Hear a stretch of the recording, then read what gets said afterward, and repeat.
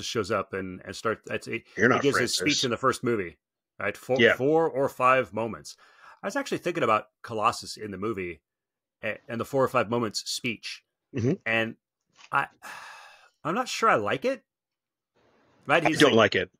Everyone thinks it's a full-time job. Wake up a hero, brush your teeth a hero, go to work a hero. Not true. Over a lifetime, there are only 4 or 5 moments that really matter.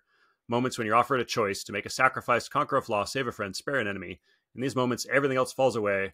The way the world sees us. I think he gets cut off and can't really finish his statement. No, but I think that line, the last line, the way the world sees us, is he's saying it's only these moments when the world is watching. Yeah. That's why I don't like it, because I think what he's trying to push Wade to have one of those moments right then, and to have that heart change. But Colossus's view of what the heart change isn't really a heart change at all. It's a behavior. It's a behavioral thing. Yeah. Yeah.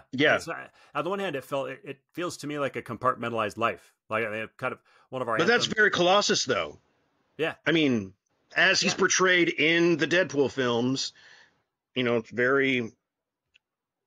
And it's not very Christian. It'd be like 1 Corinthians 10:31, like whatever you eat, drink, whatever you do, brushing your teeth, like it's like all things to the glory of God. Like you're not supposed to just, I need to make sure when the world's watching and there's a pivotal moment, I need to demonstrate what it means to have virtue. It's like, right. No, that's a pretty pitiful view of life. Like that, I'm not even sure Professor X would agree with that. So Colossus is way out there. But even looking at it, it makes it so that just even that whole statement, it makes it so that it seems that from Colossus's point of view, he's constantly stuck in this rage monsterville where he has to fight the urge not to do 4 or 5 things, to do 4. It's like, really? Like, I thought you're an X-Man. Like, you should be able to, it shouldn't be 4 or 5. It should be, this is a reflection of you always.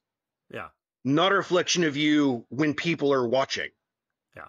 And I get that it's also a comedy, because then later in the movie, he seems to he also is like giving out health bars and protect. It's like, all right, well, which is he? Is he everything has to be perfect? Or I feels almost like they're just talking about legalism, where it's just like the outside has to be perfect, which is kind of interesting, because you have a character who is like, I'm going to cover myself in metal.